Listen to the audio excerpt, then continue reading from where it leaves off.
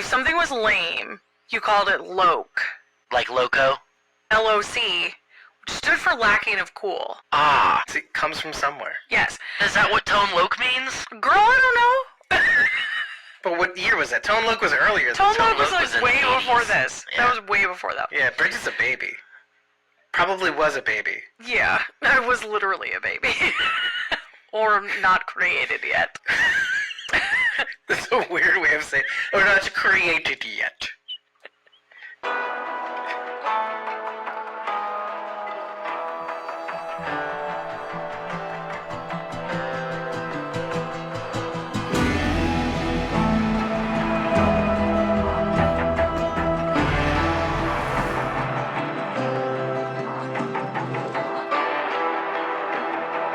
We are Squawking Dead, a podcast pulverizing programs beyond the Walking Dead universe. Sometimes we give you news, sometimes we make you laugh, most times we go deep. I'm your host, David Cameo, and I'm joined by Blazy Gardner. And Bridget. You can find me at youtube.com/@punkybrewster. and we're here to discuss with you. Let's have a conversation on the 8th and final episode of season 3 titled Béésh Lii, which means Iron Horse. Our last episode was March 29th, recorded on a Sunday, I believe. Yep. And that was the 7th episode of Dark Winds. Now we're here at the end of April to cover the season finale. Tonight is the public airing of the season finale. In our last episode discussion, we did discuss Daredevil Born Again. We brought that up because of Echo by Marvel, not Marvel's Echo, which I kept saying, which confused Bridget. But I did. I watched all of Daredevil Born Again. And I haven't finished it yet. And I'm just going to say this, that John Bernthal Is daddy. elevated that's the Punisher. inappropriate. You should watch a version of the Punisher that was played by Ray Stevenson and then come back to me and we can discuss stylistic differences. I've watched a lot of different Punisher. Which one is that one? Ray Stevenson was between Thomas Jane and John Bernthal's portrayal, but it was still in the movies. And I think you would in particular love this version because it's the gory. Ray Stevenson is more taller and clean shaven. If you've seen him in Rome, and he was in classically the last role. Oh he yeah, played. Punisher Warzone. I've watched that. Yeah. It was good. It was really good. I really liked it. It is a really good one. That one did poorly critically, didn't it? It did. I don't know why. It was so gory. I don't either. The It's story really was good. so good. It is really good. The most accurate portrayal to date up to that movie. In my head, every time someone says Ray Stevenson, I think of that guy, and it's probably not even his name, who did like those Ray country Stevens. comedies. Yes, that's what I think of every time. So, It's so when me you said again, Ray Stevenson, Margaret. I was like, yes, yes. Almost like country parodies. It's so funny. It's so dumb, but it's so funny. And that relates to payphones. Which is something we talked about before we got on. And if you like that, you can always tip us and get the unedited episode recording, as well as join a membership tier so you can get that conversation. We took a very interesting conversation before we came on, all about how we're really old. Basically, print the microfiche, everybody. Print the microfiche. Yeah. All they did was press a button, goddammit, and it cost so much money. Do you know how many people listening to this are going to be like, what's microfiche? It's like fish, but they're small. Actually, fiche means plug. It's a French word. Whatever, Dave. Like You're an like electrical so plug. fancy or Canadian or whatever, but Canadian or whatever. Touche, Bridget, touche. All right, well, let's just end the housekeeping there. But again, if you want to buy some of our merch, namely both our art designs, which I feel like are both art designs, even though one is a logo design, one is the art design. They both have the logo, they're just in different settings. One is with the crow behind it, which is what I call the logo design. The other one has what was typically our red moon is now a blue moon with the tree from the second season and the crow hanging off of it and the logo just behind it. There's some blurring done to it. It's pretty cool. I think you should take a look at it, maybe decide, hey, I'd like to buy that. Or maybe you don't. But then again, I'll announce this more in the next episode, is that there's the Last of Us logo design in our merch store, which looks really fly. I just ordered a copy of it in gray with the Not gray fly. background. It's fly and on fleek. And also, what's the next term? chuggy. What? Chuggy. That's a thing? It was a thing. It's not really anymore. But yeah. Chuggy. You have more Riz than me, Bridget. I do. That's like a well-documented fact. Looking it up on microfiche right now. A big trackball. Oh, it turns out you do. Print microfiche. Someone wrote an article about it like a long time ago. Yeah, I told you I'm printing it now. Oh, I wait, know. I have to make the printer sounds that annoy me during our recordings. Iron Horse is the meaning of Béésh Lii. How does the title relate to this season 3 finale episode? It's a tougher one. Iron Horse? Yeah. It's a train. I think it also refers to Budge's construction equipment that he's using Oh, the Earth Mover kind of thing? yeah, that he's using to try to bury Bernadette. And maybe it's also Joe himself. He is like the train. He keeps going. He pulls everybody with him. That's all Well, I it's got. kind of like life, isn't it? Life keeps moving regardless of whether or not you want it to stop. He's stuck on a track. That keeps moving. He was put on that track when he was a kid, and now he's Okay. still on it. Okay. Which does come up in a weird roundabout way. Henry has that conversation at the end, which we'll go back to and talk more about. But we talked a lot in this season about Henry, Joe's father, sending his son to the boarding schools, then to ASU, just to follow that track. But then when you get to the end of the episode, they have that conversation. It's clear that Joe is following a textbook that isn't quite Navajo when it comes to justice and doing what's right, technically speaking, where he still has the guilt of the thing that he did, even though it was the right thing. And then Sylvia comes in to represent that other half of him. And then Henry kind of like looks at him and says, "You're still thinking in those terms." Because I don't think that way. I don't recognize that I have to pay a cost. I don't trade the good things that I have in my life because of the things that I've done. That's a very non-native way of thinking. You can still have good things in your life. Original sin is one of those tenets. Like, we're all born of sin. Well, no, I don't think the Navajo think that way either, or most native tribes. I took something else from that conversation. I felt like it was really just Henry's way of saying, I fought to still have the A woman I life. love, the Right. life that I wanted. I fought for it. I didn't just let it agree. go. But I was thinking, as far as me bringing this up and being on a track, Henry put him on that track. So, of course, he picked up those things Well, along the yeah. way. And when he tried to deviate from the track his father put him on, he completely jumped the track because his life has gone completely off track now. He doesn't have his wife. He doesn't have his son. He's completely off track. And that was But because had he not put him on that track, he would have never found Emma. So there's this weird two things can be true thing. Weird, you know what I mean? I think in his father's eyes, that was part of him going off track. Henry was disappointed that Joe stayed on the reservation for Emma. He came back. Yeah, right.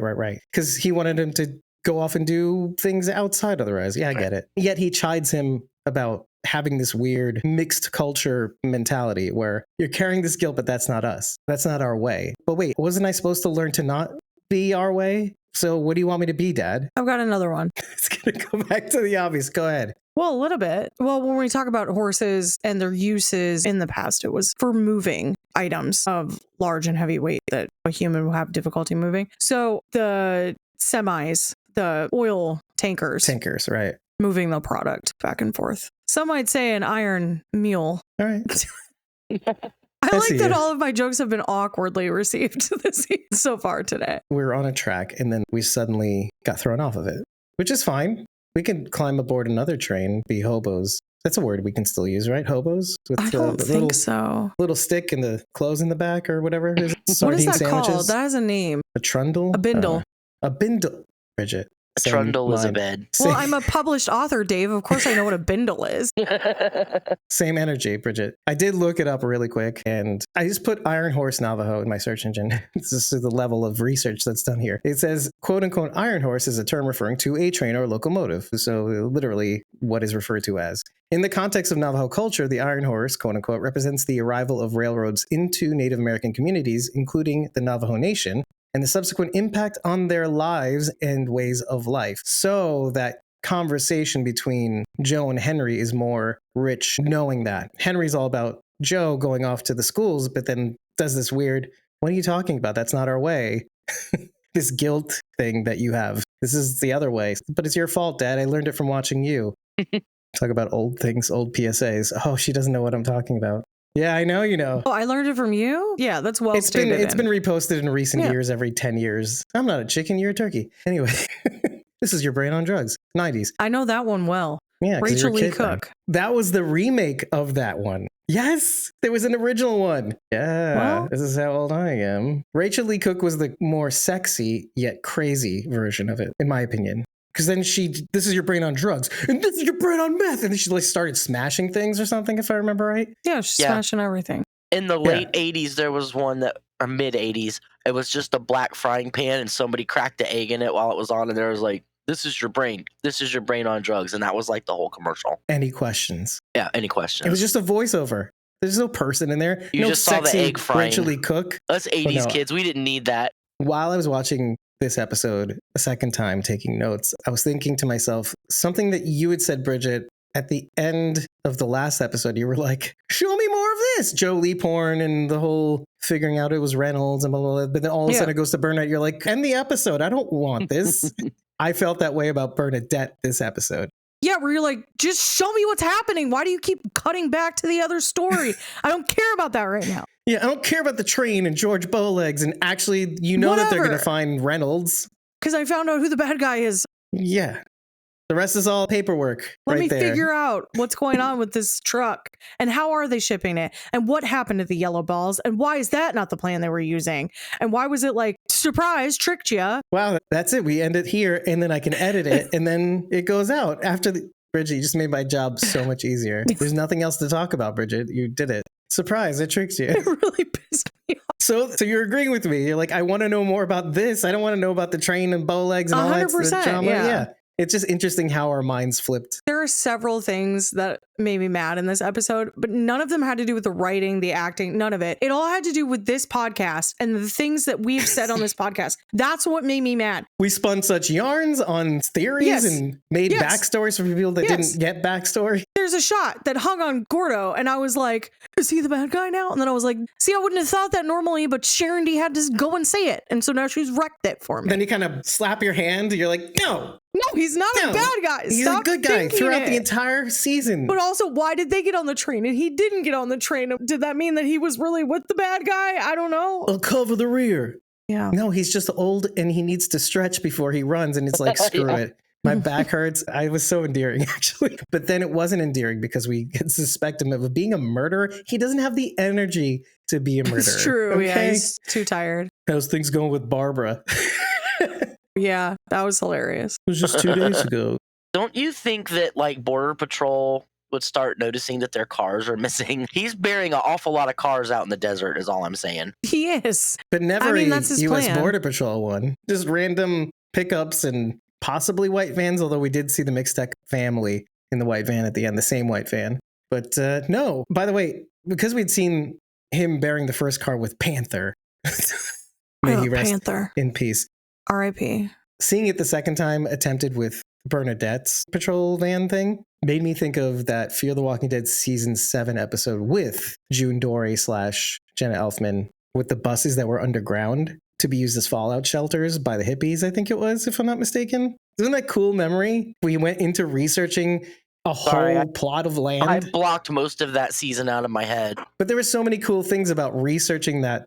I do remember us talking about it, though. Yeah, there's this whole swath of land with school buses underground that were meant to be used as fallout shelters in the event of, a decade prior to this episode airing, I think, or somewhere in the middle of that Red Scare situation with the nuclear weapons stuff. Well, I don't know what everybody was so scared about. It could just crawl under your desk and you'd be fine. Yeah, duck and cover, baby. So, it seems like you guys were overreacting. Duck and cover. Just look at the microfiche, kids that are terrified. I got a printout from it right here. Yeah, I framed it. That would have been incredible if you did. Let's talk about Bernadette. There's the obvious, the scene where she's being buried. I love that Joe was like her inspiration to figure out what she needed to do because she was totally panicking. She was just trying to pull her arm through, trying to get the handcuff off. And then she looked over at the feather from Joe and like, oh, this is what I need to do. It calmed her down, let her think about it. It's still WWJD. It's just what would Joe What would Joe do? It's really great that he did that. Otherwise, she would have been trying to stab Budge with a belt buckle, and I don't think it would have worked as well. Yeah. Well, they do have a pointy side. A little, A little tab thing that goes into the loop. I think Bernadette would have gone into U.S. Border Patrol regardless of the events that transpired in season 1, season 2, and prior to season 1, where Joe Jr. dies in this mining accident. And so it really made me think, had Joe Jr. not died, for Joe Sr. to melt down the belt buckle to give to Bernadette, she wouldn't have had that weapon with her and used it as a weapon against Budge in that fight scene. We often wonder, why do things happen? In real life, I wouldn't make these statements because you're not really supposed to know God's plans, the things in the universe that align in such a way to make things available for you in the future. I think those things can show themselves in your life if you choose to see things that way. Now, to be fair, I'm religious, so that's where that comes from. But horrible things have happened in my life. And honestly, it's hard to justify like domestic violence to be like, yeah, I was hit by my boyfriend because I needed to learn a lesson. That's not what I'm saying. That's not what I'm saying. She saw my bug eyes going, what? You said that That's not out what I'm loud? saying. Yeah, That's I not get what it. I'm saying. What I'm saying is I did learn lessons during that time that I may not have learned otherwise. So I can see the silver lining in it. Does that mean that it needed to happen? No, of course not. But sin and horrible things are real and horrible things happen in life. In my opinion, can God use those to teach you things? Of course he can. But he can also say, let's just say this to kind of kosher it up a little bit. It's kind of like the pollen path. Everybody goes through this circuitous path and then they stumble upon a thing that threatens to alter them forever. Whether Yes. it alters them, whether it doesn't, Yes. is up to them. And sometimes people get stuck. I'm sorry, it's very serious. I'm just thinking of you editing me saying that. No, I'm not going to. That's So I fine. had to be taught. Had to smack me around to be taught a lesson. I'm not saying that at all. That's not me. what I meant. It's kind of like me saying, had you not been smacked around, would you have found this podcast? I don't know. Maybe not. I don't know. I would Who never say knows? that to you because that's terrible. But I just did, so it's weird. I don't take offense to it. I learned a lot of lessons throughout that time. And that's what I'm saying. Like, it doesn't even have to do necessarily with just my faith. It's just like choosing to see the silver lining of horrible things that happen in your life. You can choose to just roll on through and be like, well, life sucks and that's all it is. But like, do you want to be around people who feel that way? I don't. They're hard to be around. I've been around them before. They're not easy people to get along with. Emotional oxygen. Remember we were talking about it in the Last of Us episode? So I choose to see, okay, yeah, did that happen in my life? Sure. I was hit by a guy who I thought loved me, and that doesn't make any sense. And I can't really wrap my head around that. However, during that time, I figured out exactly what it was that I didn't want in a relationship.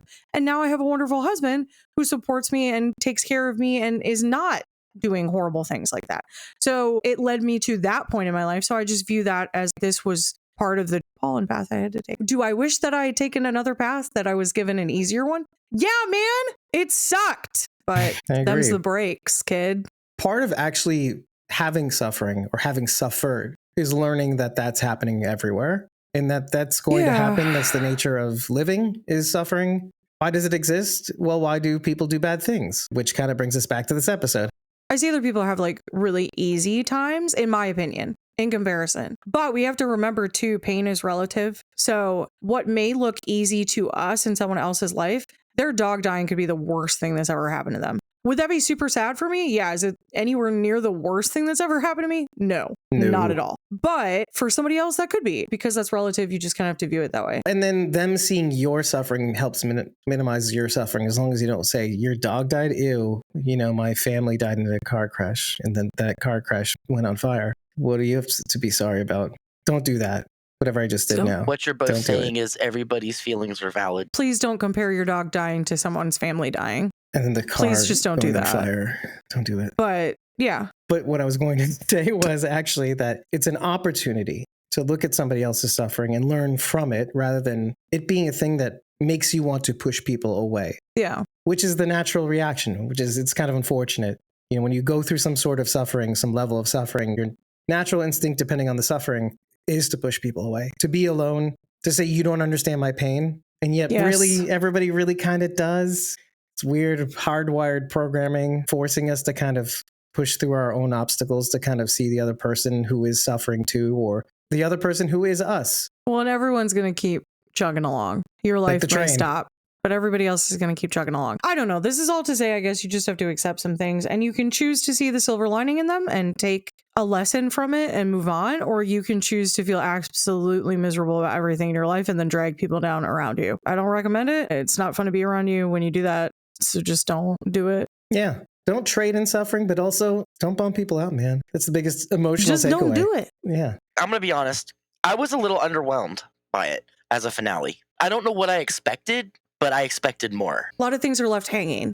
Hmm. Not like the main thing, but like the storylines of the people that we care about. You have hope. That's enough. That's kind of where it's left hanging. Now, I think maybe that becomes more poignant given a little bit of time and space from it. I agree. I want to put a finer point on what Sharon said, because I too felt not underwhelmed even, but specifically what we were saying earlier. The storyline with them going onto the train and looking for Reynolds. I would say a lot of that could be cut out, but of course you can't cut it out. There's meat to Yeah. the pursuit. There are scenes in that I would love to discuss, because the more you really kind of analyze some particular parts, particularly the end, the more you can dig on it. There's nothing wrong about action and going through a journey and actually going through the train. There's visual storytelling there, the choices people make as they go through the cars, that's fine. But the overall arc, I figured we were kind of done with. And there were two specific critiques I could have made about that scene. Maybe we should go through that first. Let's just get it out of the way. It's kind of like a thing where you have to have that scene, these scenes with the train. There has to be motion there. There has to be resolution. Well, you have to resolve the story. You can't just Yeah. leave it hanging. You made the call in episode 7. Now you have to respond to it. I really don't know why it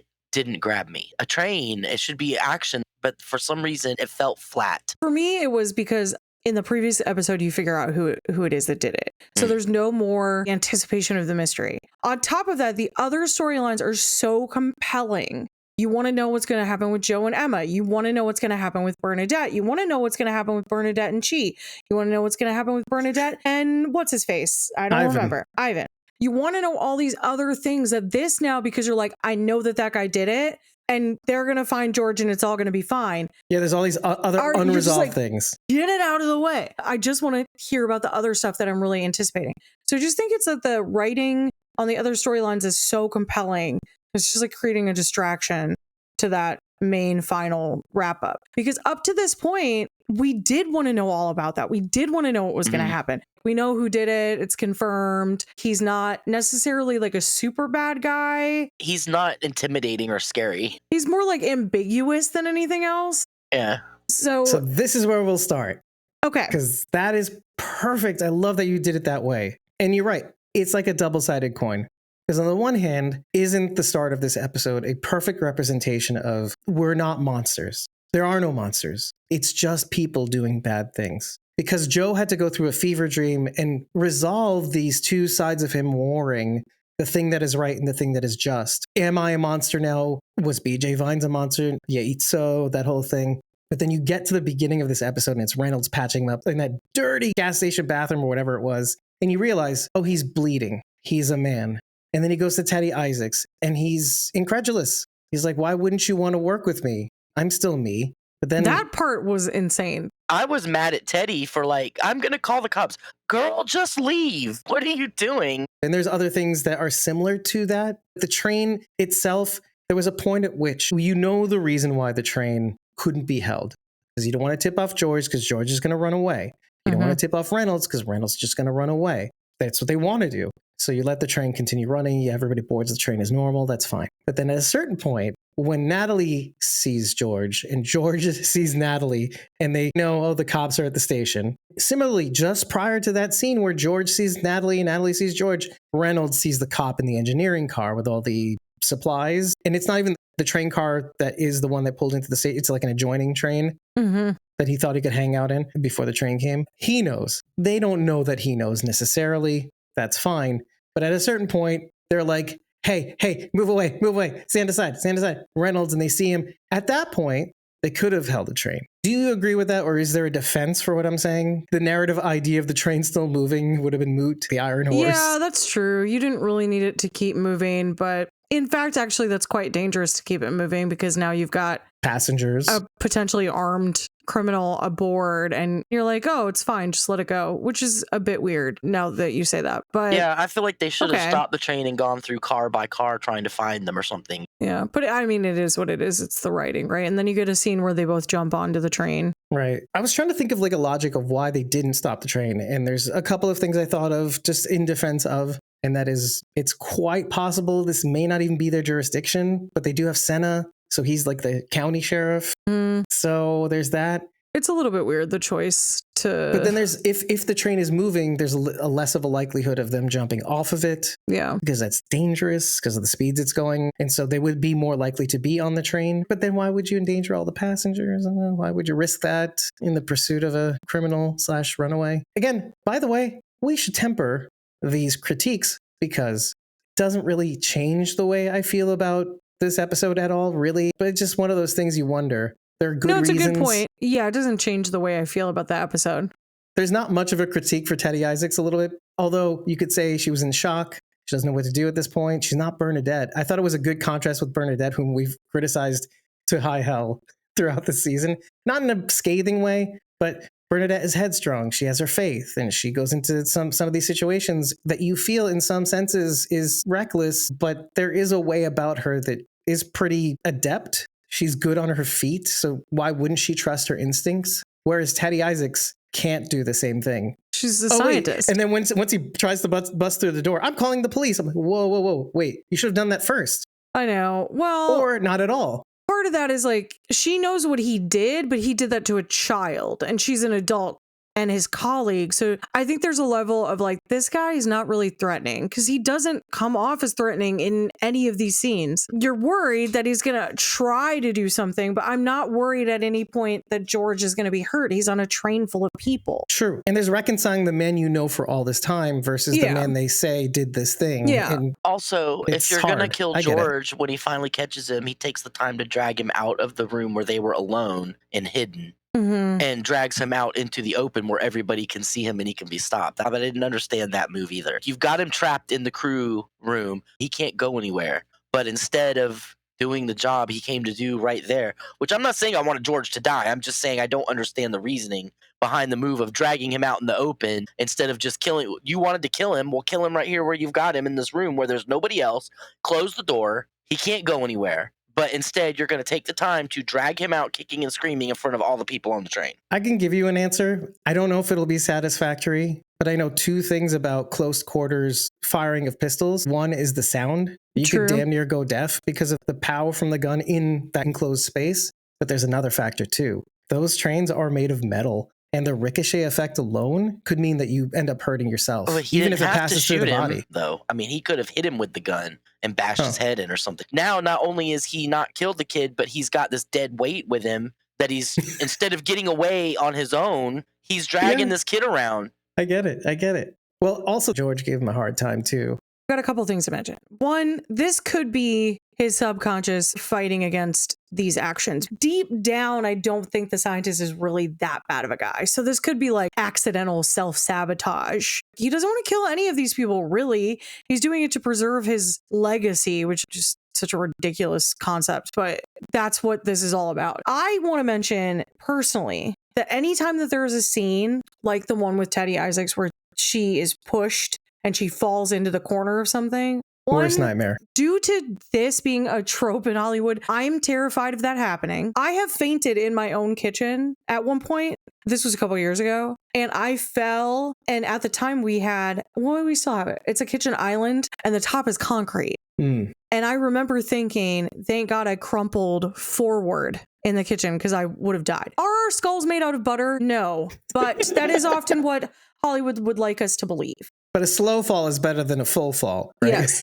I'm not going to say most, but a good portion of the falls that are fatal in that manner where you hit your head is because you get a concussion and your brain swells. You don't die immediately upon hitting whatever you hit. Yeah. And then the other thing is that I am also afraid that if I were arguing with someone that this would happen and I would accidentally kill someone that way. And that is horrifying to me. Yeah, I'm a little conscious of I that have a too. lot of fear around this. It's like how I felt in the 90s about quicksand and the Bermuda Triangle. I was very concerned about both. Same energy on that too, because one is a little out there, like meaning that's far away. The first one is in every room almost. It's like right here. Yeah. Quicksand. But quicksand. No, and, he meant the table.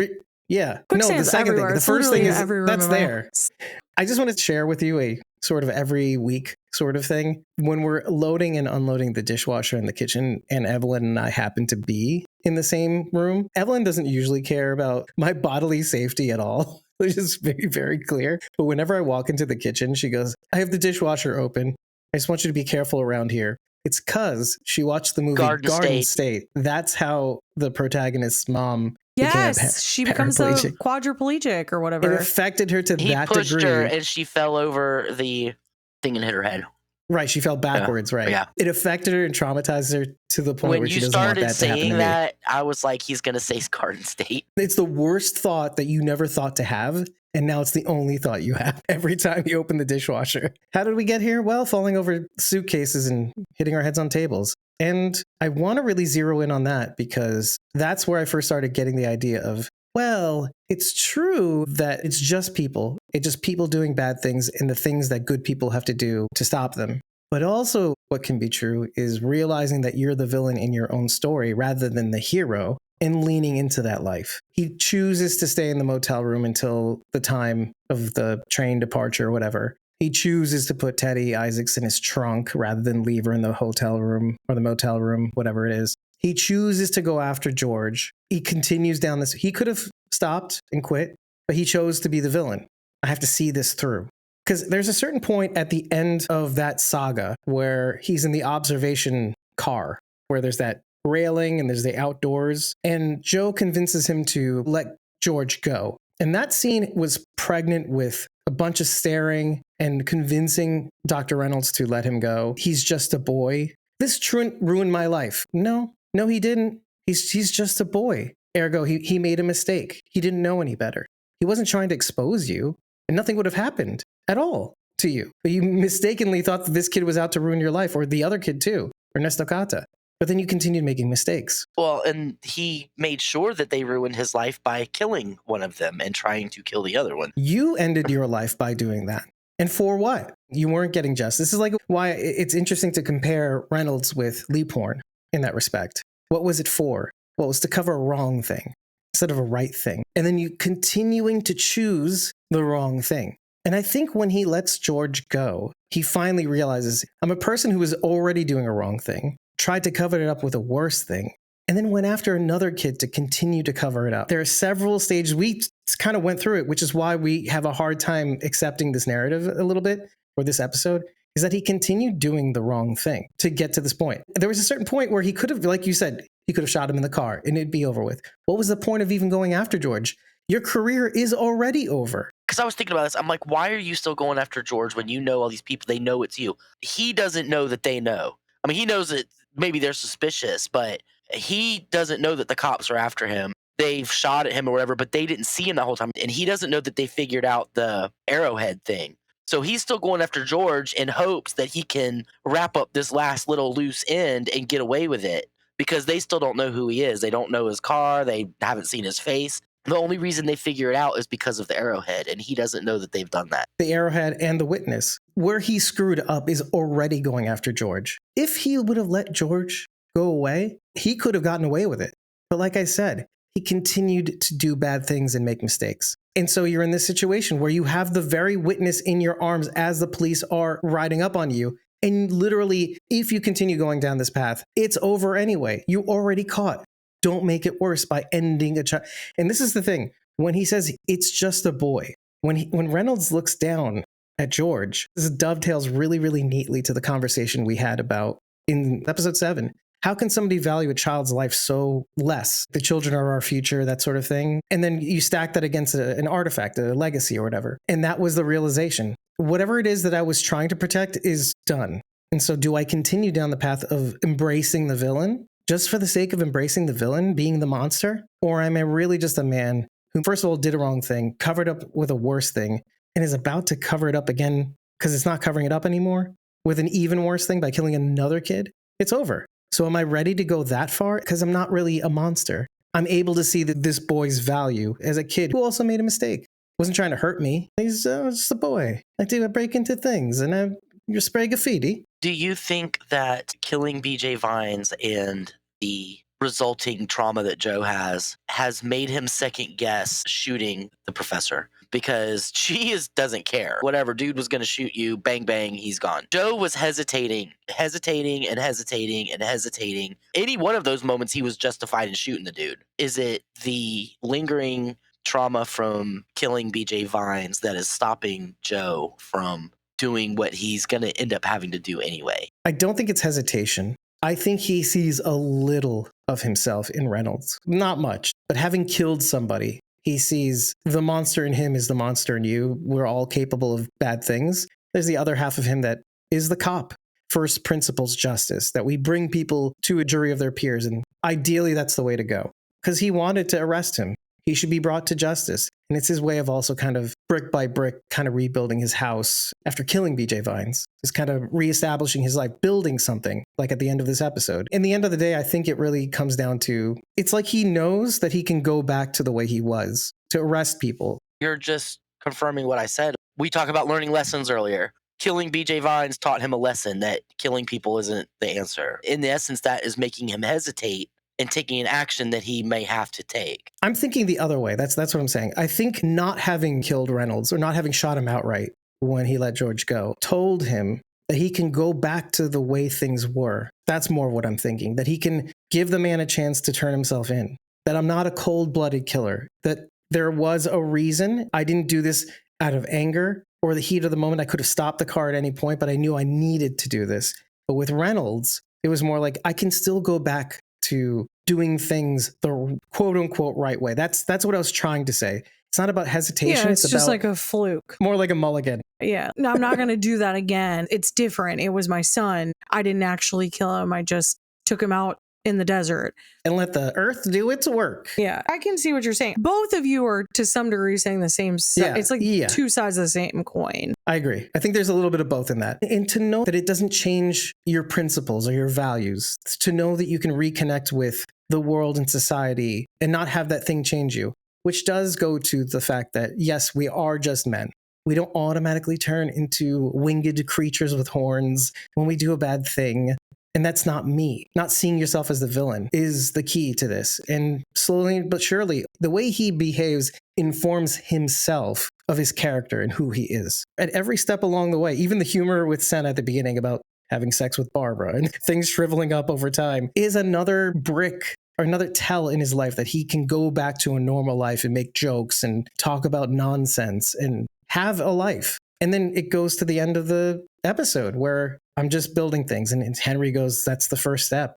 Just recognizing that every brick of normal life or being able to go back to it should be encouraging. That you can have a normal life after tragedy and trauma and doing bad things. That you can repay your debt even. Reynolds, you could have just put the gun down, atoned for your crimes. You have to deal with that in whatever way you can with your maker, whatever it is. That there is a way back for you. You just have to work hard for it. Well, isn't that kind of what Henry was trying to tell Joe at the end of the episode? Isn't that kind of what the interview tape of Emma saying that she hopes to be able to forgive him one day? It's all selling the same point. You can still have hope after that your life can be normal. Even though you feel reluctant, you know that you did a bad thing. Shouldn't even say reluctant because he said he would do it again, given the opportunity. But he knows that it comes with a cost. it comes at a cost. And for him, really, it's your sense of peace. But he viewed it as being Emma. I don't think it has to be Emma. I think it can be something else, but you feel bad that you did this bad thing, so you're willing to let something go. But that's what his dad was trying to tell him. It's okay. It doesn't have to be that. You can still fight for the woman that you love. It's so strange. And Henry doesn't even like her. So the fact that he says that is wild. But he knows that his son loves her. So, and he does care For about his once, son's he's being happiness. a good dad. Well, you know, life is kind of taking the air out of his sails. So it's kind of like, whatever. Just be happy. I don't care anymore As about often your happens with ASU. bad dads, they soften over time. Yeah. Yikes. Well, I said I've lived through a lot of stuff, Dave, and a lot of it's been bad. I think if there's anybody that Joe sees himself in, it's George. When George is like, I blame myself, it's my fault. And he's like, it's not your fault. Some bad men took his life and you couldn't stop it. Yeah, a bad man did a bad thing. You Right. just made a mistake. And that's exactly Joe. A bad man took his son's life and he couldn't stop it. And they both blame themselves. Well, and I think it just goes to show that he can see himself in everyone, which is really cool. If you think about it, he can see himself in Reynolds. He can see himself in George. He can see himself in Senna. The whole 24 years and 42 years? Come on, don't tell me you weren't thinking, oh, these are just two people seeing the other sides of themselves. That he hopes one day to be Gordon Senna. Things are kind of great. Life is life and police work is police work, but I hope to make it to an age where I can have a life with my wife and normal relations that are, 2 days a week. Sounds great at 60-something years old. Well, I think as you get older, when you're young, you're like, no matter what, I just never want my life to be boring. And then as you get older, you're like, boring's like pretty great, honestly. Compared to what it could be. Yeah. Horrible. Like, especially after watching this show. I don't want that to happen in my life. Not that. Not that. No budge in my What we life, used to please. view as boring isn't actually boring. It's finding contentment where you are. It's a form of complacency that's not negative. It doesn't have to be negative. We just view it that way when you're young and dumb and full of you know what. Yeah, I know. I was like, is she going there? Full of gum. And full of gum. Yeah. Right, because he keeps swallowing it. You idiots. It goes to what Charity, you just said it was just before the show started. Oh, the internet's horrible when once we thought it was absolutely amazing that we could connect with people from different states and countries. I still think that's awesome. But the problem is once I get to know some of those people that I meet, that's the problem. This all stemmed from you saying, I don't want to be on social media. I don't even want to talk to half the people I know because I don't want to talk to, I'd rather touch grass. I want to be like Thoreau and go live out by a pond and write Henry bad David poetry and play with my dog. I said I would Oh, write you said bad your poetry, not would be bad. his. Note that I said Henry David Thoreau wasn't that bad. To be fair, you are published, so it must not be that. Poetry.com, folks. In an Just look actual for Sharon D. book. Did I use my real name? I don't. Well, audience, tell us if you found Sharon D, Sherandy, on poetry.com. And tell us what you It think would about her be poetry. circa 1992 or 93, somewhere around in there. So good luck. Go for it. It involved The Hobbit. Make of that what you will. Wow, now I want to know what this is. Wait a minute. Before we go away from George, I just want to say one thing. I watched the movie Horizon, the new Kevin Costner movie that's like 3.5 hours long. George Bowlegs is in that, the actor. He looks like he's about 8 years old in it. Oh, wow. He's moving up in the world. Ends up on Dark Winds. It's a really interesting movie. It's the first half because there's 2 parts, I guess. And they only released the first part. It's actually pretty good once you get into it if you're into Westerns. Chi, just like in the very first episode of the very first season, he's driving his car and there's people on the side of the road and he just drives by them. And he is also driving another kid to his family. Yes. And it was both their teacher. When he was in school, he had the same teacher. George had the same. But you'll notice, yes, it's the same teacher that is awful and is constantly getting both of them in trouble. That's true. But you'll notice as they drive by, she does do the I'm watching you with the fingers and the eyes. But she has this wry smile, too. It's like, I'm still watching you, but good job sort of smile. Like, good for you. You did good. Turnabout is fair play sort of situation. I really enjoyed the little smirk that she and George share with each other after seeing the teacher doing the thing. It's just sweet. And I love the song choice at that time too, because it's kind of this like whole viewpoint of I don't always fit in, square peg in a round hole kind of situation. Because that's how Chi felt growing up. And I imagine this a little bit how George feels now, especially now after experiencing this trauma. Other kids his age are not going to be able to relate to him at all. It's kind of this idea that we're still going to be okay. We're going to be able to move on with life. It's going to be fine. I feel you. And the song was good. But guess what? I tried to look it up. It's not real. It's not real. But then again, it is real. It sounded very specific. It seemed like it was written for the show. Yeah. I may be right that it was written and sung by Kiowa J. Gordon. I would absolutely love that. Also, then drop your album, bro, or your SoundCloud, because I want to listen to it. Good that you're here, because that led me down a rabbit hole where I found his SoundCloud. Stop. He really does have a SoundCloud? I was And kind Bridget, of joking. I love it. You would love it because it's so emo. Yeah. His last entry was from 8 years ago. Oh, 1, no, you found his live journal, Dave. Oh, my God. 2, he actually did drop an album with a band about 14 or 15 years ago. Wow. Around the time when he was in Twilight, alongside Alex Maraz. Yeah. Alex Maraz and he were both wolf buddies. Wow. But you still cast a white man as your main wolf. Twilight. Was he? Do better. Is he white? Taylor Lautner? Yeah, isn't he? Yes, he's white. Art something? No, I felt like he was just straight up. I feel like we need to look that up. Maybe I do. Maybe I'm causing problems. Maybe I'm the problem. No, I wouldn't fault you for it, but Dutch, French, and German. Okay, that's why he looks a little darker. So, yeah, he's super white. Do better, Twilight. He has distant Native American ancestry. Okay, so does every white guy in America says that. Odawa and Potawatomi. Bridget, we talked about Potawatomi. We did. You know what, Taylor Lautner? You can't have any of my money, okay? You have enough. I'm Close just kidding. He's browser like tab. actually like a really nice guy. Close browser tab with prejudice. He's a really nice guy. Yeah, Actually. I'm sure he is. So I didn't continue the thought. It is emo-ish. He did have a band and an album that dropped 14 years ago. That's It's a great. little bit embarrassing that you're finding such deep cuts in his life for him, but I will find in post, first his SoundCloud and second his discography love it. in our blog, hopefully not in our show notes. I love it. Let's talk about the telegraphing of emotions when George is reunited with his family. Because first of all, when they're in the car and George goes, he looks mad. She goes, Wouldn't you be if you had to live with a face like that? wow, you just shortened 3 sentences into one. Well, it was amazing. He looks mad. It's not how he looks, George. It's how he feels. And right now, I'm guessing he's glad you're home. And the whole scene plays out in that fashion. Nobody's saying or doing the things that they actually feel. But why is that great? Why did it get me emotional? Here's the most emotional moment in that scene. And tell me if you agree with me. Okay. Shorty goes to Chi. You're a man of your word. Yeah, you're a man of your word, Jim Chi. Chi does that thing that he always does because he's Chi and he's got the Riz. He throws a smile and then he walks away, as a man does. And then Shorty does the thing. Hey.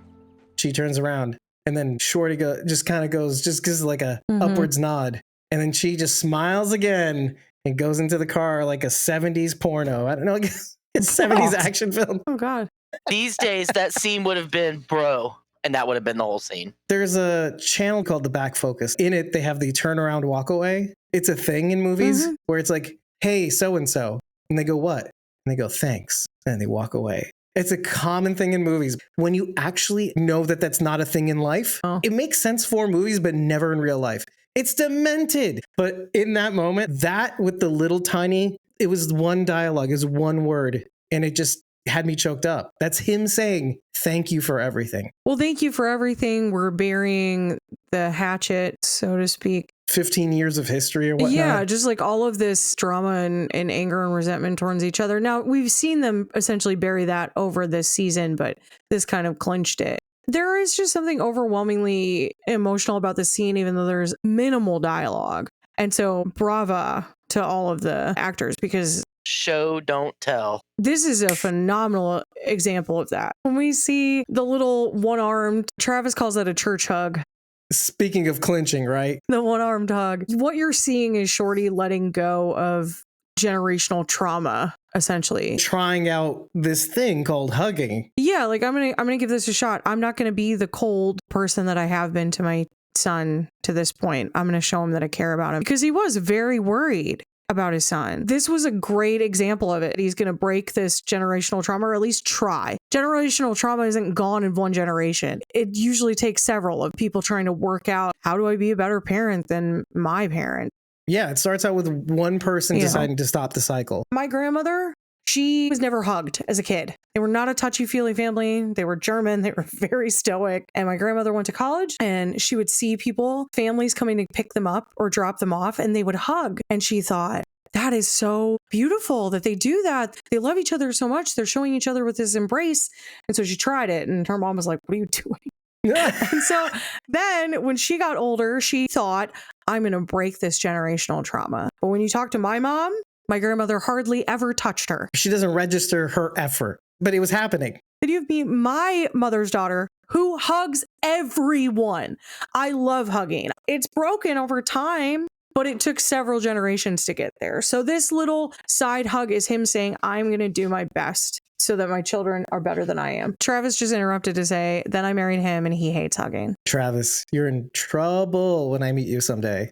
Opposites attract, you know. Travis, I'm going to teach you how much you love hugs. He doesn't love hugs. He says very weirdly, Dave. Yeah, I know. That was a little bit weird, Dave. Travis, you'll get the hug that will change hugs forever. I won't tell you from whom. Winks. Obviously, there's going to be things that you remember about your childhood that you're like, I'm not going to do that to my kids. And then you end up doing it. It's me following the footsteps of my dad. Yeah, you're like working late at night. Not being around for his family. But you are aware of it. So does that make you automatically try to be better? Maybe. I like that you got that out of that, by the way. Again, this scene feels really hopeful. The scene with Bernadette and Chi feels really hopeful. The scene with Joe and his dad feels really hopeful. And then the scene of Joe, I told Dave, because he caught me watching the end of it, I'm like, this is brutal. Listening to the tape, it's a hard watch to watch him hearing these things his wife thought he would probably never hear out loud. But you're left with hope at the end of it. That's why I said, like, maybe this will become more poignant with time.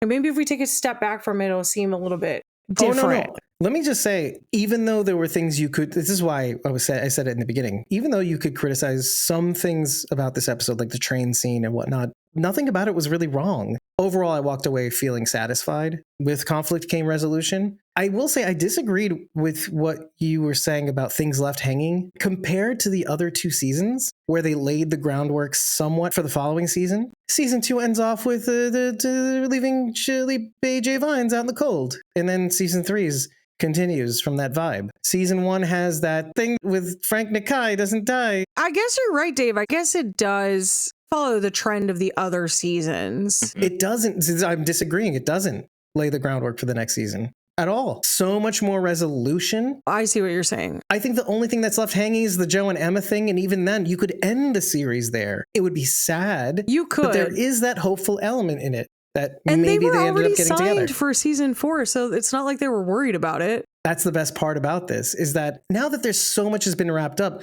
are they going to open up a new story that doesn't even consider the other things that happened that are left hanging? And like So Frank yeah, some Nakai, things not are George still left Nakai. hanging. Not George Takai, by the way. Just to kind of say that out loud, it's George Takai. And he's a Trekkie, so he's worried that he's going to get roasted by the other Trekkies online. Frank Nakai? No, you, Dave. Yeah, that's Sorry true. about you. That's true, yeah. The Trekkie community, quote unquote. I go against my tribe, Bridget. That's what makes me special to like everybody on this show. Well, apparently I don't even count because Voyager's my favorite, so it's fine. There's a place for you at the table, Bridget. It's a big community. It's a big fandom. Find your tribe. I don't want to. You guys are nerds. It's like a self-hating Trekkie. I'm just cooler than you. I'm cool because I'm self-hating. It's not cool to be a Trekkie. I'm cool even because though I love disparage Voyager. things that you like.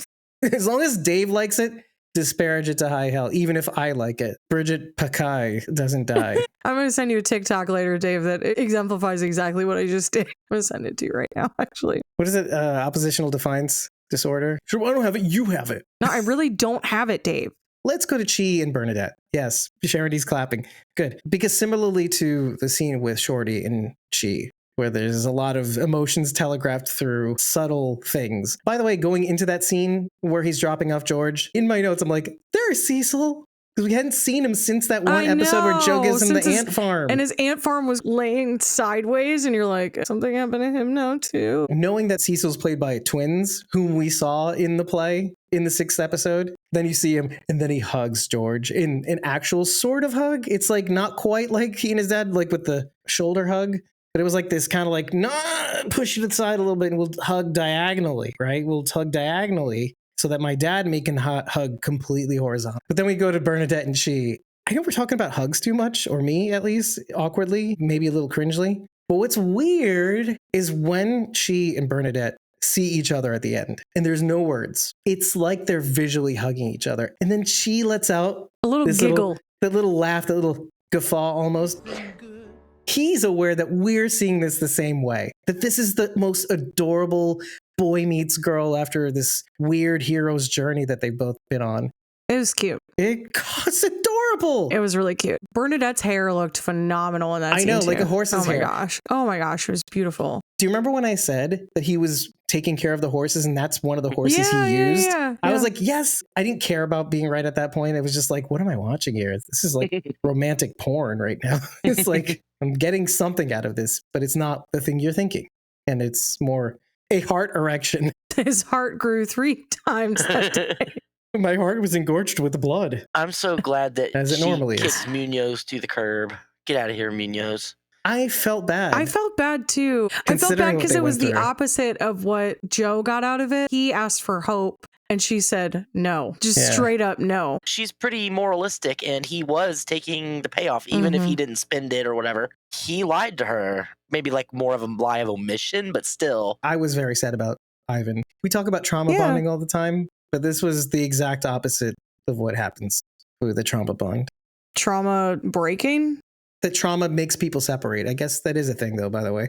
But you'd think they would be stronger and grow together. But I don't know. Does that mean that when Bernadette does come back, that there'll be something there with she and Joe? Because we had talked about this, that he nerfed BJ Vines and didn't talk about it with anybody until finally he did with Emma. She maybe knows, maybe not.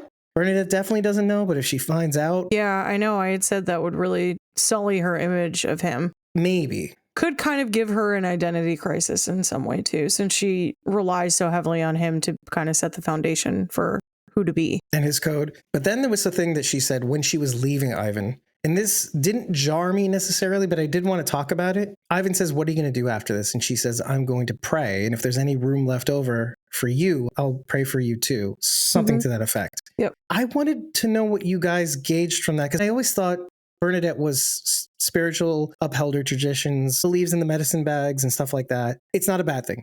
It's not dialogue that I'm used to from Bernadette on a spiritual level. Or maybe we haven't returned to that, and it's such a long time that it kind of took me out. What did you make of that one set of dialogue? Maybe it was pray like Prey and not PRA. Had subtitles on. She's going to be hunting for ass? Is that what you're saying? Or cheese ass is like a thing that they love doing to each other? I'm going to pray, and if there's room, I'll pray for you. So she's going to go out and find her some meat, and then if she has room left after she's eaten, she'll come back and pray on him too. I see. Yeah. If you know what I wink. Yeah. And he was like, no, thanks. And he heads back into the U.S. Border Patrol office. That's how it ended. She was like, foreplay. And he's like, no. And leaves. No. Emma and Joe is similar now to Ivan and Bernadette. Both women in this case are saying like, what you've done is beyond me forgiving in this moment. For Bernadette's a little more firm than Emma. And the men both did what they felt like was as right as it could be in the moment. Obviously, Joe's is more Personal. To them and personal. Emma. It's more noble in a way. It is different because Ivan was just kind of trying to save his own skin. But there's similarities there. So when she's saying pray, and then we get that scene at the end, we're hearing again that Emma is relying on her traditions and the old ways and doing the ceremonies. That's kind of what I viewed that as. To reconnect. You're maybe not spiritual, but I am. And I am going to use all my energy to try to wash this off of me. When I'm done doing that, if I have any space left, I will then do that type of ceremony for you. That's such a great mirror for what Joe, outside the joke about sex with Barbara, Senna and Barbara, his wife, there was some conversations that were either post-seeded or preceded that where he says, we actually met in college. Had my dad not sent me to college, I would never have met her. There's that. But then there's the war beat the Navajo out of me. This is something we actually talked about. We thought it was the school maybe, but I think, Charity, it was you in making a parallel between Joe and Shorty Bowlegs. He's whistling at night, that whole thing. Just like Shorty, Joe also may have had the Navajo beat out of him. And so he and Emma, their resulting relationship, the fry bread barbecue, which, by the way, I've had the pleasure of having fry bread in my early 20s. And it's like, how do I wait 26 years to have fry bread again? Because it was such a great experience. But anyway, I just love that there's a mirror there between those two characters. And also now there's a mirror between Bernadette and Joe in that respect, in that I've just gone through this experience, which has been harrowing. I was alone with nobody around to trust until you were finally trustworthy. The difference is where they kind of have to go the other way is Joe and Emma have a history, 24 years. Whereas Ivan and she, they don't owe each other anything. You could develop a relationship out of this trauma. Their foundations are built on this trauma, not reconnection. So I can see that being as unsustaining. So, Bridget, I'm very, very thankful I asked the question because I have a better understanding of that dialogue in that scene. In a sense, she's saying in the kindest way possible. Like you said, I'm taking care of me first, but at the end of it, I'm thinking of you. But I'll think of you and pray for you, but from a distance is kind of the implication. Show, don't tell. I let you into my life, so I do feel something for you, but I'm not willing to allow you to remain in my life any longer. Or to make a life from that. Yes, correct. I don't owe you that. I'll think of you fondly. Not even that, Dave. When I think of my ex, I don't think of him fondly. Oh, God. This is just part of healing. I hope that he's better. I hope that he's a better person now because he was angry. If not for him, the people around him. Part of that is like emotional maturity, being able to look past it and say like, okay, I can't trust you ever again. So we're not going to be able to make this work. But I did at one point have feelings for you. And so I do still want you to succeed in life. I was thinking more of we're square, but I need to take care of me. But also there's never going to be a thing out of this because this is this all happened so quickly. Sure. And we really don't have the foundation under which we could actually have a thing. She left the job. The job wasn't anything she expected it to be. Really, how are you going to make this work anyway? Yeah, I had this vision at the end of my first watch of her. Well, I can't be a U.S. Border Patrol person, but the U.S. Marshals, I'm imagining it's U.S. Marshals that came in and took away the Ed Henry and Linda Garza. Yeah. It's so fun because, she can just shoot for that. she could just become a U.S. Marshal. So it's like a cool idea. I mean, she could. I like that she goes back to the res. She Yeah, clearly me is too. missing the detective portion of the work, the solving of the crimes, obviously. What did she tell Ivan? She says, put your hands up, put the cuffs on right hand Yeah. first. Yeah. Muscle memory. Yeah. So she's missing that. It was nicer to see her go back to the res. Yeah, of course, we love the Chi and Bernadette story, and we want to see that, but it was okay to take a break from it. Chi had to grow in order for this to be sustainable. Right. And Bernadette had to see that there was other things out in the world. Like we'd said in the first few episodes. They both had to grow, and they have now, which is great. So we'll see where it goes from here. Whereas compared to the train narrative in this episode, where, okay, we're here, who cares, whatever. We know who the killer is. I know you have to do it, and you have to do it, and that's fine. It wasn't a bad thing. I enjoyed watching the train thing. When it comes to discussing, it's a whole other thing. There's not much to tell, and it's less interesting. But when it comes to Chi and Bernadette, even though logically we know that they will get together, the show made it seem, and we even talked about the possibility of them not being together. And because of that, them getting together at the end has so much more payoff because there was doubt. Yeah. Just like there was doubt that this person killing Ernesto Cata and going after George Bowlegs was a demon. But we got that resolution in the last episode. So when it came to this episode, That's why it takes a back seat to everything else that's going on because of that. right. But what you get out of it, it's really not for the sake of Reynolds and solving the crime, but it's knowing that Joe could be who he always was. Whereas those first several episodes of the season, he was nothing like himself. He couldn't do his police work. He's unfocused. He's scared. He's timid. Being asked questions and people are he's being asked to repeat the question. Like, Joe, are you all there? Can we jump back before we go to Spencer? Because we started talking about Budge and the scene was great. And we talked about the feather being Joe Jr.'s buckle, his rodeo buckle. And then had that not happened, she wouldn't have had the weapon with which she could dispatch Budge. That's fine. But there was something in particular in the scene that I really wanted to talk about because we talked about Raul Max Trujillo's background being in New York City. And I love how they brought that in to his character. Because first of all, his accent dropped. He had sort of an accent before when he was talking to the Panther and everybody else in history. Yeah. And then when he was talking to Bernadette, he felt like he could be his true self. And so he didn't have a, sort of south of the border Mexican accent or anything like that. He says not everything is as it seems. Sweet, spicy. Not all Mexican food is spicy. That would have been more interesting if they had done that with him in the first scene that we see him with the Panther, and then they had done that again here. The thought that they're going to be dead so it doesn't matter. I wish that they had done that. That really would have sold that, because otherwise it just feels like the actor didn't know what he was doing. No, I register as the opposite, is that she is worthy of having this soliloquy. Whereas the Panther, not at all. Didn't give him a word when he was burying him. Yeah, but there's no evidence to confirm that that is what happened, and it's not just like the actor slipping out of it. There is evidence because he has a conversation, first of all. Let's start there. Second, it's what he says and how he says it.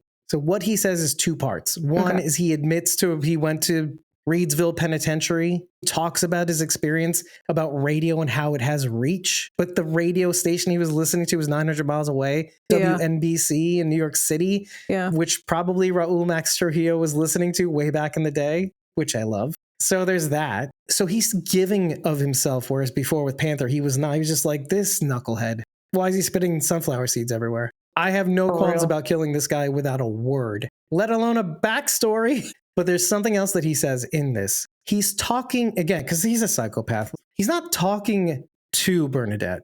He's annoyed and talking to himself. Because what he says is, at first I thought I'd feel bad about killing you. But when I see you squealing like that, and realizing that you kind of just did this to yourself, I can enjoy this a whole lot more and have kind of like a clean conscience. But for psychopaths, a clean conscience for psychopaths is, yeah, this wouldn't feel as satisfying, but I still have to do it. But now I can feel really satisfied in killing you because you were so annoying. Like, we thought you'd just get along to get on. And you'd be like, I'm annoying Bernadette. I was on a corkboard somewhere, to not approach for this thing, which we find out later. You were in the corkboard because we were told to stay away from you, by the way. Garza was just supposed to keep an eye on you, basically, to make sure you weren't getting into any trouble. Which, by the way, all of that makes so much more sense, how he knew to go to the station at such times. Do you remember when she was supposed to go on that date with Ivan and then Budge picks her up? Who called Budge? but Alinda. And Budge is just like, he's toying with his prey. I get it. We both have jobs to do.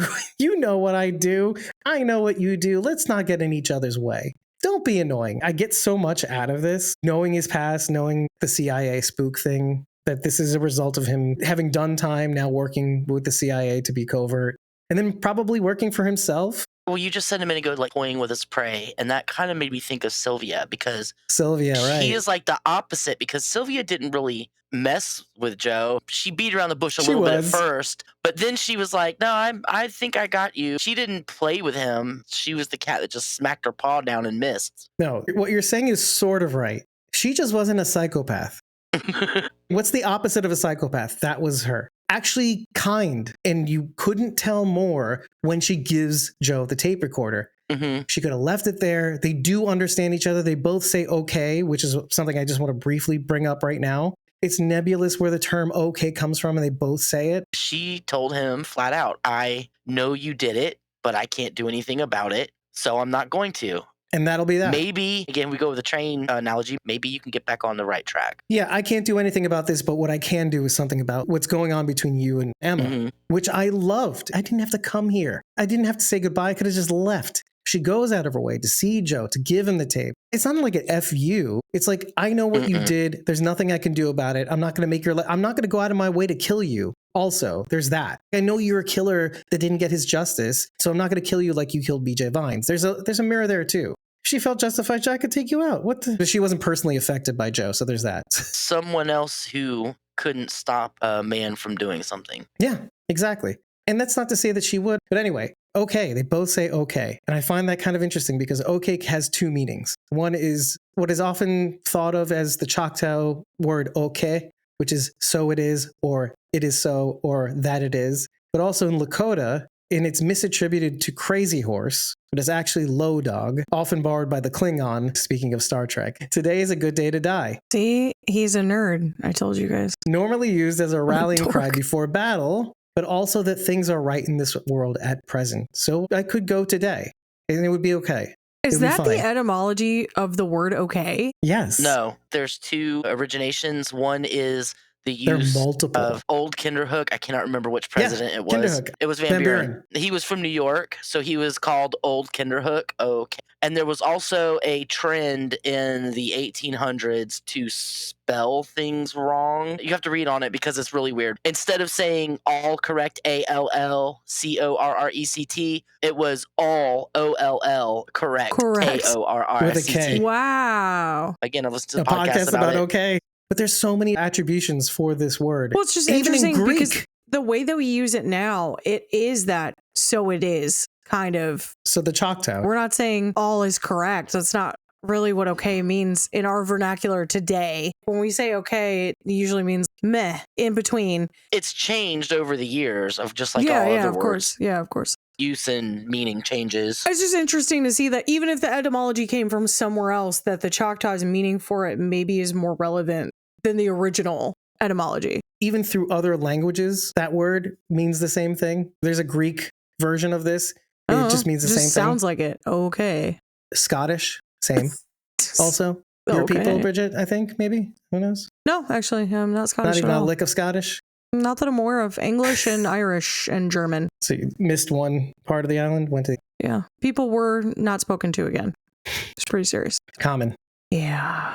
People died with their family feuds. Sylvia and Joe, and her being kind and Budge being a psychopath. I love that comparison because it's the character in Bernadette's life and Sylvia's the character in Joe's life. And there is a lot of symmetry between Bernadette and Joe rather than Joe and she, which is kind of how we sort of came into this. Obviously, there's like a father-daughter imagery between Joe and Bernadette. And she comes in, it's like, I get this kid and it's cool. Let's hang out together more in season 1 and season 2. But then you get more of Bernadette being away completely from Joe in this season. And yet they go on a similar kind of journey, or at least a similar kind of annoying force. So I love it. I love it. It's like an yin and yang, but one's a psychopath. One's quite nice, actually. She just is forced to not be nice, which takes us to Tom Spencer in 2 scenes. And I know you're going to want to talk about the first scene, Bridget, because you're a resident Christian. Okay. Exactly. Okay. Unless you don't want to talk about Romans 13:12. So when I pulled up Romans 13:12, it actually brought me to Romans 13:11 through 14. And let me just say what they are now. And do this knowing the time that now is high time to awake out of sleep. For now our salvation is nearer than we first believed. 12. The night is far spent, the day is at hand. Therefore, let us cast off works of darkness, dark winds, and let us put on the armor of light. 13. Let us walk properly / decently as in the day, not in revelry and drunkenness, not in lewdness and lust, not in strife and envy. 14. But put on the Lord Jesus Christ and make no provision for the flesh to fulfill its lusts. He says this to his wife in the hospital, who is suffering cancer, I think is what was said. Yeah, it seems something that's killing her. Made her bedridden, yeah. It's really about praying for the second coming and then adjusting accordingly to The header to for prepare this for it. for this section is called "The Day Is Near." Within a chapter, there'll be like headers because this chapter has 3 headings in it, so it just kind of breaks everything up. But "The Day Is Near" is what this one is called. So act accordingly. The end is coming, and you should act right. Get your house in order. That is so interesting because if you think about, because I did want to go to this one thing. Let me jump back to Reynolds for a minute. In the beginning of the episode, he leans into being the villain. He becomes the monster, even though he is a man. I liken this a lot to The Stranger, Albert Camus. It's absurdist and whatnot, but the main character finds no meaning in anything, picks up the meaning. He takes on the purpose of being the bad guy because everybody thinks I am anyway. So I might as well embrace the part. So when you look at Reynolds and you see him inadvertently left BJ Vines in the middle of nowhere, he wasn't trying to kill Teddy necessarily. He was just trying to stop her from making the call. But in that, he ends up killing Teddy. She fell. It wasn't his fault. She fell backwards and hit her head on the table and died. He embraced the monster role, whereas Joe is wrestling. Good people never get away with anything because they have themselves to hold themselves to account. So at the end of the episode, when he lets George go and he sees what he did, because he didn't have to take George hostage. The jig was up. The mere holding him hostage at gunpoint meant the jig was up. What was he protecting at that point? And he realized that when Joe said, let George go, let the boy go. He's just a boy. And so when he does the whole suicide by cop thing, it's exactly like you're saying, Bridget. Get your house in order. Make things right. In Reynolds' mind, he figured he's gone too far. There's nothing left to fight for. You're talking about the Spencers. It's the opposite of what Spencer is doing. Now, you could argue that that's what he's doing Agreed. at the end is he's prioritizing his wife. But some of it is also like, are you just running? And what is it for? Yeah. Is it for yourself? I don't know. And we may never know. This could come back in. It could not. I mean, we've seen what happened with Frank Nikai. We haven't seen anything. BJ Vines' wife does come back, but then she leaves again and we don't really know much more about that. So it could just be that he's gone and that's the end of it. And he got off scot-free, and sometimes that happens and it's unfortunate, but it's just an interesting choice of scripture because one, it's not really applicable to the wife's situation. It's more applicable to his, like the end is coming for him because he says like, I've made sure that I can't get in trouble for this. Essentially, but my reputation will be ruined. What will people think? They'll think that we don't care and we don't know what's happening on our land, which is ludicrous because you could literally be like, my wife is dying. That's why I don't know what's happening on my land. But he cares so much about his reputation in the community and what happens is him owning this property that he can't even see past. The whole thing is ridiculous. He is ultimately responsible over his ranch, though. Correct. The buck stops with him. Correct. One, no criminal charges are coming back on him, is what he's saying. I made sure my butt's covered. So really, it's just about reputation in this instance. And couldn't you say, I'm dealing with bigger stuff right now? My wife is dying. I just want to dig into why you think he's right about that. I don't know if I take him at his word because I guess, is it to say, because maybe I'm having trouble with it, because is it because the U.S. Border Patrol, and Henry kind of takes the responsibility or the blame if anything were to go down? He's set it up. I mean, he's a smart guy. Spencer is a smart guy. I think we can all agree on that. He has set this all up so that none of this comes back on him, is what he thinks. Now, is that 100% true? I don't know. You wouldn't know until there was a court date. But it's quite possible that it all falls back on Henry. And that appears to be what happens. Right. I think I know what's going on here, if I may. In a sense, it's not making things right for the second coming. I think it's really the way both Ed Henry, because they're brother-in-laws, Tom Spencer and Ed Henry. I know, which is crazy to set up your brother-in-law, but okay. But no, this is the thing. When we talk about sacrifice and what do we do this for? Why did Joe go after BJ Vines? Was it just for his son? So there is a little bit of symmetry between Joe and Tom Spencer in that, in a way, I think he does this all for Charlotte. that you are the angel to whom I am offering my sacrifice and trying to get my house in order, even if I have to do bad things to do it. Well, I mean, to some degree, it sounds like she was kind of the mastermind behind it. When I saw that, I thought it was more like she made the books right, but in a way that saved the... No, I can easily... it sounded like she was cooking the books. That's what I thought too. It wasn't 100% clear to me, because I was thinking that as well, but I was thinking more along the lines of, let's use a little bit of the parlance of the times. It's the language he used. Saying fixed the books means Cooked the books is what you you cooked mean. it. Yeah. Which means laundering and whatnot and just moving numbers here and there to make it look bigger than it is for loans and Faking stuff. the entirety of your books to reflect that there's nothing going on. So that's the easy out. I think there may be more to this, because if you consider the time, Spencer does mention to the side that his sons, one had died. It could be suicide after coming back from the war. The other one was lost in the Korean War. Remember, losing children? That's a symmetry also between he and Joe. They just went the other way. There is symmetry also with the wives, too, because Emma saved Joe. The Navajo was beat out of him after the war, and she helped him reconnect with himself and his culture. Yeah, but if Spencer is meant to be a dark representation of Joe Lee Parn's story, then it makes sense that his wife just digs him further in. Instead of helping to lift him out, which is what Emma is trying to do, she's digging down deeper with him and saying, look, we'll just do it this way and then it works out. So it's almost like instead of someone lifting you up, someone's dragging you down. They still both feel the same love and the same appreciation, and Devotion. they owe their wives as a result. And look at the difference, too. Okay, let me say where Tom Spencer is actually, because I do know. At the end of the episode, Tom Spencer is with his wife, albeit she is suffering an illness that we aren't 100% clear on. And yet Joe is apart from his wife. Not very far away, but still apart. We don't know when she's coming back. He doesn't know, which is more important than us. To be fair, Caroline has a zero say in it. Charlotte. Right. But again, that's different too, right? She's a captive audience to his prayers for the second coming. Did you get the good news? Yeah, Charlotte got an earful. But anyway, so Tom Spencer is in Morocco. You wouldn't know that. Okay. I pulled the image up into Google Images, and it's literally the same shot from the same vantage point, only reversed imaged. Interesting. So it's really weird. But it is Morocco, and it's a place called Essaouira. It's beautiful. Essaouira.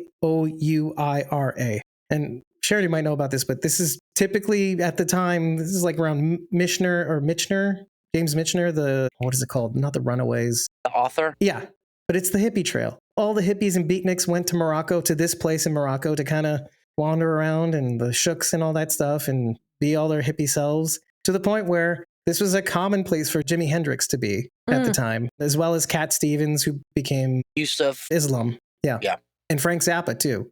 So I thought that was a good point in time. Now, there's more to this that I want to say just about this part. You can look at it that way, where she cooked the books and saved the business. If you look at it the other way, it kind of works too, because, listen, we're talking about the early part of the 20th century, pre-women's lib, essentially. 1950s. Okay. How old is Tom Spencer? Right? It wasn't him that was in the war that Joe Lee Porn was also in. It was his kids. So this is pre-women's lib. Although they got a taste of it in the Second World War with industrialization and having to ramp up for wartime stuff, things went back to normal, but not really, because it bubbled up in the late 50s, 60s. And then civil rights movement, etc. Men were typically the breadwinners across the board. And so you could easily see a world in which Tom Spencer himself was, again, drowning his family legacy into the dirt. And now with his kids gone and them both being broken, he was probably already doing a piss poor job, first of all, because maybe he wasn't built for this.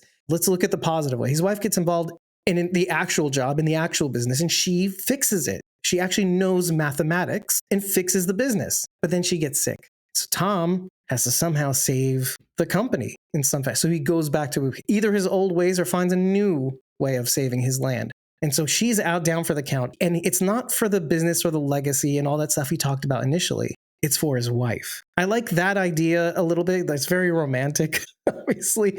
But he's doing bad things for a good reason, for her. A person who saved his family's legacy. His wife. Sure, that's fine. I'm I'd be willing to accept that. I don't think it really matters all that much. I only picked this up because these little details, like losing children in terrible ways too. One in war, one They don't really say, but it sounded like I wouldn't have been so hung up on the legacy thing, but one is all he has left because he doesn't have any kids. So legacy is Right. literally all he has left. right. But it's just because of how he states, what would everybody say about my family? What would they say about the Spencers? That's why I landed on legacy being his I priority. agree. I don't disagree with that. I think it's more like the weight of what this land means to your generations of your family who were here from the onset, and you can make arguments about how they got that land. It's, sure, whatever. Doesn't matter. Yeah. But still, you got there, you made a life for yourself, and then you're the one who ruined it, and your kids are gone. It's almost like your life is over. The jig is up. People know that you were chipping the thing from the arrowhead, and then you killed a kid, and then you tried to go after another kid. It's almost as though the jig was already up, but you decide to continue to do bad things. Symmetry between Reynolds and Spencer, in a way. Quit But Spencer talking got about away with Reynolds. it. I don't want to talk about Reynolds anymore. This guy is such a nothing burger. But Spencer in Morocco? My gosh. I thought that was I interesting. wish he had been a demon. Because at least then you would have been exciting. I'm so disappointed that he wasn't an ancestor. I'd almost forgotten. On that note, I actually want to bring up this thing. I actually just saw this last night. It's a very long movie called The Wailing. It's a Korean movie. And it does have to do with suspicion. Wait a minute, wailing like crying or wailing like killing whales? Wailing like crying. Because Okay. it's a common trope in, well, not a trope, I would say more of a cultural thing. When somebody passes, it's encouraged to wail after their loss, to cry very loudly. It's a very common thing in Korean culture, at least Korean, if not Japanese, Chinese, etc. But very dramatically in Korean, you're expected to wail after the loss of loved ones. And so this movie has a lot to do with kind of like when we're talking about native suspicion or Navajo suspicion or Navajo ghost stories, etc., that sort of thing, spirits, dirt devils, etc. It's similar. This movie deals with modernism. Bridget loves conspiracy theories because there's no mystery anymore. But it's also kind of absurd in the modern era where you have internet and phones and whatnot, and things are mundane, and there's no excitement. I wish the zombie apocalypse would come. It's these two mindsets colliding, because when you start to see crazy stuff happening, you almost don't believe it. Oh, it's just mushrooms, which is what was said in the movie. This movie sounds weird. It is. It's 157 minutes of... What he left out is that this is also like an art movie. Like this No, is it's not. It's a horror. 157 minutes? it's Oh my horror. god, that's so long. it's horror? definitely horror, Okay. but it's also very long. But is it a devil? Is it a spirit? Is it a ghost? Who's the ghost? Is it him? Is it her? Is it them? It's me because I'm dead. Please, somebody let me rest in peace. If I hug your husband and he likes hugs, will you be able to rest, ghost, Bridget? Will your soul be at rest? I don't know. Just finish the damn point about this stupid movie. I wouldn't recommend it for most people, but maybe you'd I like love it, Bridget. horror though. Yeah, you might like it, but it's a long movie. It sounds like a long movie. It's 157 minutes is long. The thing that I love most about the movie was sort of the takeaway is that in the mundane, just don't forget to take the things that you love for granted. Don't forget to not take them for granted. Don't forget to not take. See, I don't take you for granted for correcting me. Don't forget to take the things you love for granted. Don't forget to Just look past them completely. You don't ignore your need to daughter when she's appreciate trying them. to talk to you. The whole thing is it centers around a main protagonist who's this very jaded human being. He takes a lot of things for granted. He's not a very good protagonist. He's kind of a dopey police officer, not good at his job at all. But he also has a daughter, and he's not really the best with her as well. He's good with her. But he's like, why are you crying? Whatever. You don't realize what you have until it's gone sort of situation. Okay. And so I think that's the focal point of it. All the other stuff is just frightening and scary and weird and makes you very unsettled. And it's also, why is there so much wailing? It's called The Wailing. I really pictured like a sick movie about haunting whales. I don't know why. I can't get it out of my head now. That sounds like a That sounds like spooky pretty ship cool, movie. actually. Oh, you said you loved the discovery of how the drugs was actually... I don't love anything anymore. Yeah, I do. You did love that. The tray of oil underneath. Yeah, it was really clever. But what happened with the yellow balls? See, this is why I was pissed. What happened with the yellow balls, Dave? I think I know, though. Well, they had to basically pack all the drugs and get rid of the evidence from the property. So there's no time to waste. Let's use the tray. Pack as much drugs in this tanker as we can and get the F out. We're It was already really across the clever. border. I mean, But remember, the balls were just between Juarez and the ranch. In the episode when Bernadette climbed to the top and was looking in, I know that I was thinking maybe there's something that in there, but I don't remember if I said anything during the recording of the episode or not. But I know I don't did think think so. about that maybe there was something underneath the oil and that she didn't look. Yeah, it could be. You know what it is? We're just too focused on the Yellow mechanics. balls. Yeah, exactly. This is the problem. Yeah.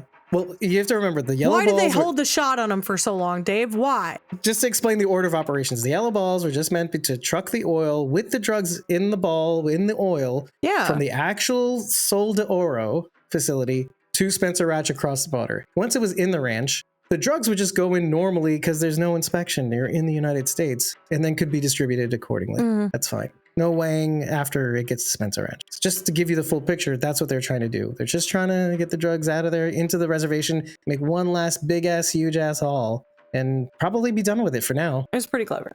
I thought it was a good And then idea. how it went down, Bernadette arresting the bug-eyed truck driver and Oh my gosh. trying to get And away. I love that he made that fit look at Alinta because it just emphasized how big his eyes were. So the fact he was like, like nods this way with his it big was old bug very eyes. funny. It was very, very funny to me. Well, and of course, Garza just going, I'm sorry. And then Bernadette punching her lights out. Perfect. I love it when a plan comes together. Go Bernie. Go Bernie. Yeah. Well, she Yeah. needed to get punched. It was good. Get a punchable face. Yeah. You don't Charlie's Angels with somebody and then betray them. Or whatever that Well, shot with. What Alinda is did. the Whedon shot? What is it called? Joss Whedon?